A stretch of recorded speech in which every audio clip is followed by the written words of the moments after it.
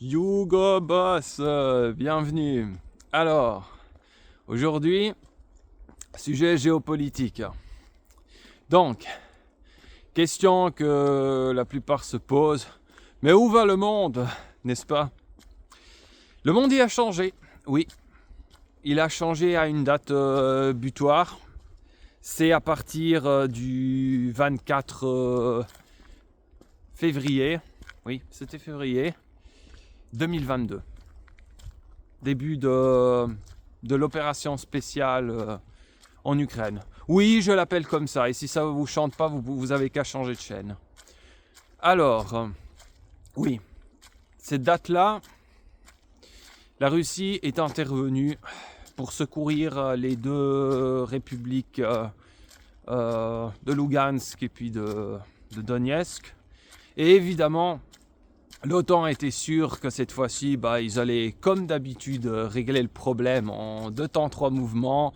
Et que, voilà, de toute façon, la Russie, elle n'allait pas tenir. Et ainsi de suite. Et ce qui s'est passé, c'est que au tout début, la Russie avançait très rapidement. Elle a failli arriver à Kiev. Et ils pensaient à un moment donné, les Russes, on va liquider ça en 2 semaines. Après, évidemment, comme vous le voyez, ça durait plus longtemps. Et tout de suite, les médias de l'OTAN, ils étaient là, regardez, vous pensiez liquider tout en 2 semaines, puis au final, ça durait des années. Oui, mais ils liquidaient tout en 2 semaines dans l'état actuel des choses. Évidemment qu'après, l'armée ukrainienne a été littéralement dopée militairement par les pays de l'OTAN, qui sont à peu près une trentaine, plus encore d'autres pays qui sont un peu leurs satellites, leurs larbins, comme la Corée du Sud, le Japon, il y a eu l'Australie aussi, et d'autres pays de ce style. Et ils pensaient qu'en dopant cette armée, ils allaient changer la donne. Sauf que non, sauf que ça s'est pas passé comme ça. Et aujourd'hui, la Russie est en train de gagner sur tous les fronts. Le front est prêt à s'effondrer. Et bonne question de ce qui restera encore de l'Ukraine. Est-ce qu'il restera une petite partie ? Ou alors elle sera complètement rattachée à la Russie? Bonne question. Nul ne peut le dire encore exactement à ce stade.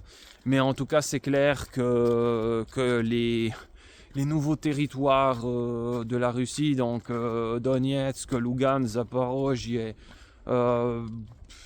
Kherson aussi, et probablement d'autres anciens oblasts de l'Ukraine seront rattachés à la Russie. Oui, très, très probablement, parce qu'ils ont l'avantage militaire sur le front. Et ça a eu des répercussions sur le monde entier, ce basculement. Pourquoi ? Parce que les autres pays qui n'aiment pas l'OTAN et son alliance, et ils sont nombreux, parce que quand l'OTAN parle de la communauté internationale, en réalité, il parle que de l'Amérique du Nord, de l'UE et puis de quelques pays satellites en Asie-Pacifique, c'est tout.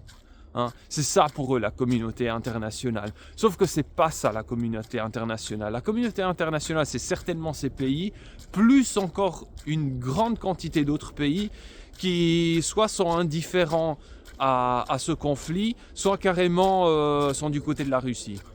Donc la fameuse communauté internationale majoritaire, soit elle s'en fout de ce conflit, soit elle est du côté de la Russie.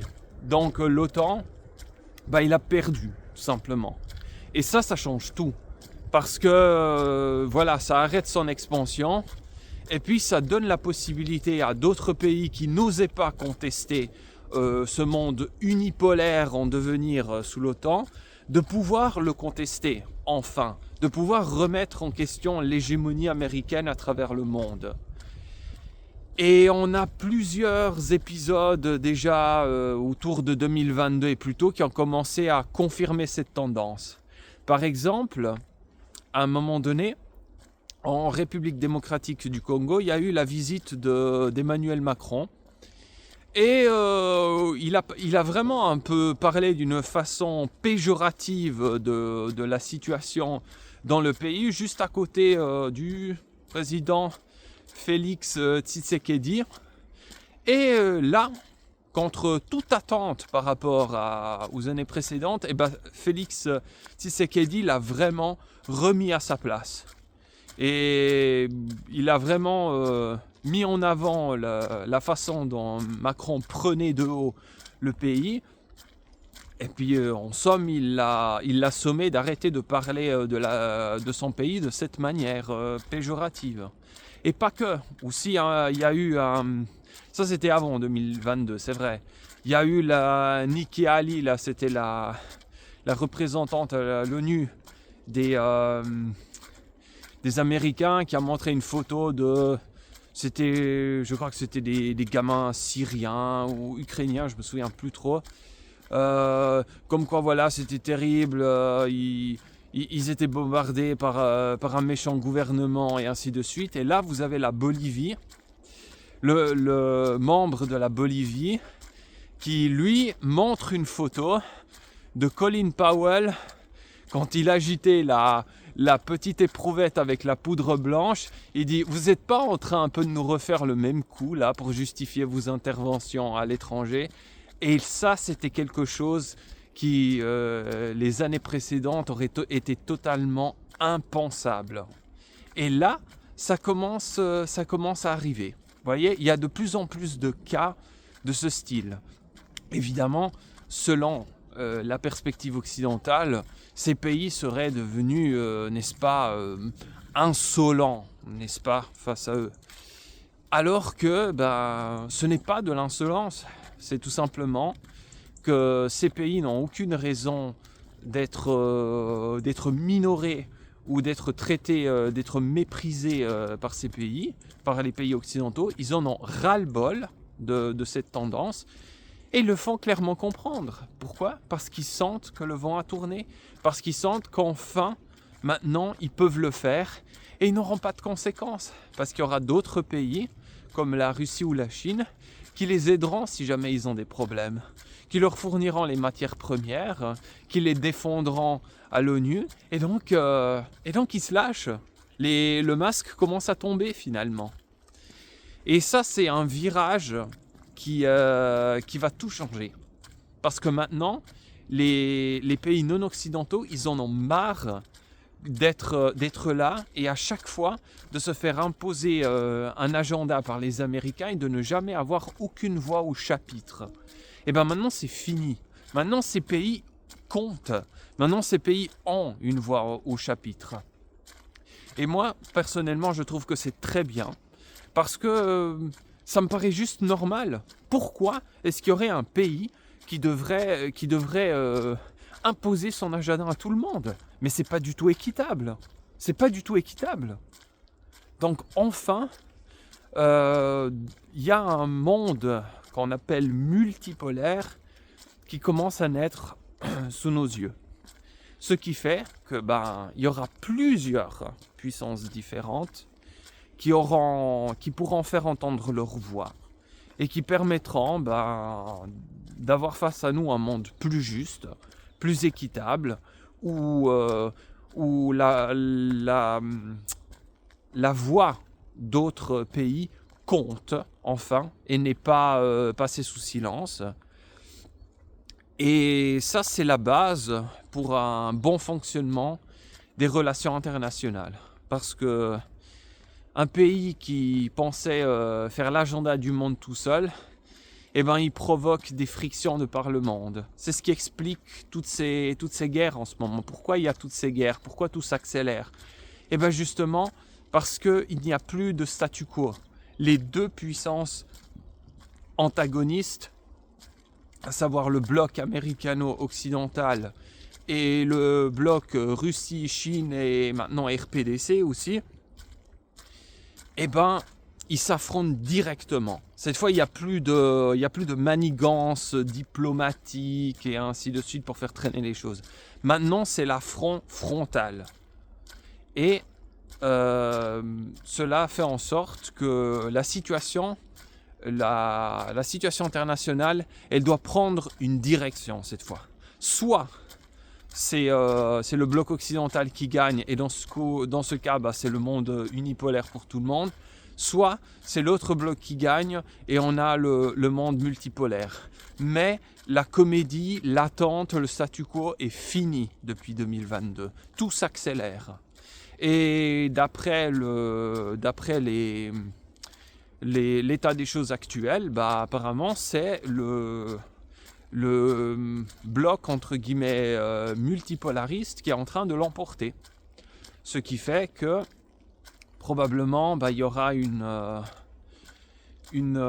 répartition différente des sphères de pouvoir. Il y a eu la création notamment des BRICS. Et justement les BRICS c'est un peu une alternative à ce bloc occidental. Il y a plusieurs pays qui... alors c'est pas une alliance géopolitique parce qu'il y a des pays qui sont pas forcément en bons termes, qui sont dans le même groupe. Par exemple, la Russie et l'Inde ne s'entendent pas toujours très bien. Ou bien, oui, nous avons par exemple, surtout cela. Disons surtout la Russie et l'Inde ne sont pas toujours d'accord sur un agenda commun. Donc c'est pas une véritable alliance géopolitique celle-ci. Mais c'est une réponse à ce monde unipolaire. Ça veut être un nouveau bloc de pays qui permet une répartition du pouvoir plus équitable, où chaque pays qui est membre de cette alliance, et même pas forcément membre, compte, a son avis à donner. Et notamment, il y a beaucoup de pays aussi maintenant africains qui voudront sûrement la rejoindre. Et tant mieux, l'Afrique aussi, elle commence à se débarrasser de la présence occidentale, notamment au Mali, au Burkina Faso et en République centrafricaine, ainsi que le Niger. Et c'est leur droit de le faire. Ils ont le droit de choisir quelqu'un d'autre pour les épauler s'ils le veulent. Et d'après ce que je vois, ça stabilise aussi beaucoup la situation en Afrique. Il y a moins de guerres qu'avant. C'est moins instable qu'avant, l'Afrique. Et moi, sincèrement, au développement de l'Afrique, j'y crois. Moi, je pense que l'Afrique a beaucoup à offrir et que maintenant, elle est aussi vraiment en train de se prendre en main, qu'elle est en train de sceller son destin, et je lui souhaite de réussir. Parce que elle mérite ça. Elle mérite pas d'être un continent de série B. Moi, je crois en son potentiel et je pense qu'elle va nous surprendre. Et j'espère, parce que je me réjouis qu'elle aussi, elle rentre dans la cour des grands. Ouais, je le souhaite. Et je pense qu'elle va le faire très bientôt. Mais en tout cas, pour résumer, le monde unipolariste qu'essaye d'imposer l'OTAN, il fonctionne plus. Tout simplement, la plupart des pays désormais refusent cet agenda, s'unissent entre eux pour y faire face, et d'après